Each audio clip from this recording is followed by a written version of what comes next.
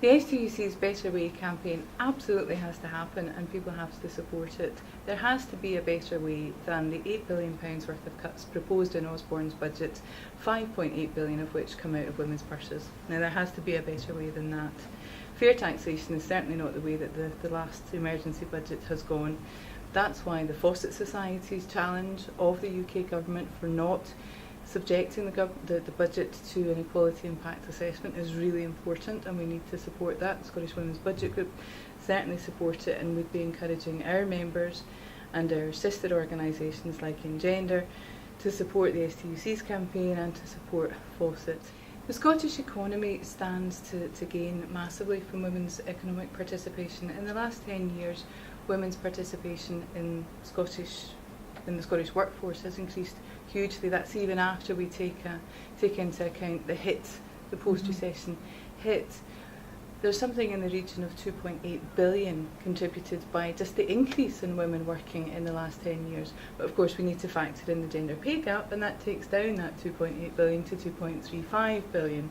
So again, we need to challenge the gender pay gap. So when we have a government, as we do in Scotland, who say the overarching purpose of government is sustainable economic growth, women have to be part of that project, part of that policy. The other thing to say, of course, is that women didn't create this crisis. Women weren't present in the bank boardrooms or the cabinet tables where decisions were made to bail out the banks and hive off the family silver the way that's happened. But women are going to bear the brunt of it as the public sector cuts take hold. Women as workers, women as service users and women as carers are going to bear the brunt massively of these proposed spending cuts. So there has to be a better way not to take out women as majority income or highest income earners in households where women's status, women's role in that regard has increased in recent years.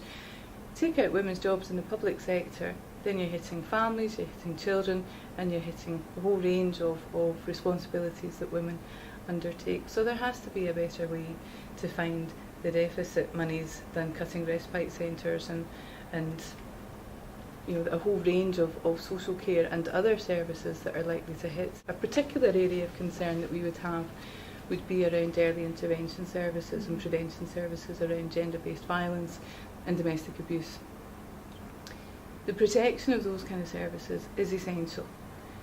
Domestic violence and other gender-based violence may well increase as a result of the economic crisis. I don't know. I'm not in a position to comment on that. But what I do know is that redundancy is not an excuse to be violent in the home towards a partner and children. The financial crisis wasn't caused by women, but women will bear the brunt of it.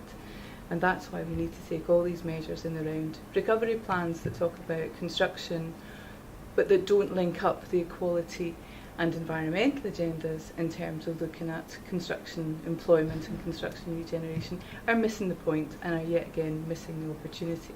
So there's lots of ways in which a gendered analysis has to come into recovery plans, and we're not seeing that. We're not seeing it at the level of the Scottish Government, we're not seeing it at the UK Government, and we're certainly not seeing it at the EU level either, where again that whole gender analysis of who is benefiting or who has been affected by the recession. Now everywhere you look, there's an argument, is it a man session, is it a woman session, is it a recession? The truth is that jobs have been lost by women and men across the private sector. Women are about to bear the brunt of the public sector cuts. And so we have to be looking, policymakers, those making the decisions, which unfortunately don't include women very often, have to be looking at who will be impacted by the decisions that they make.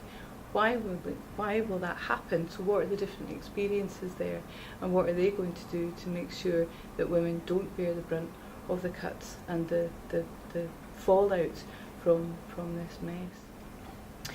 The thing about gender analysis and public policy is it's not just about meeting the duties, the requirements under the public sector equality duties, important as that is.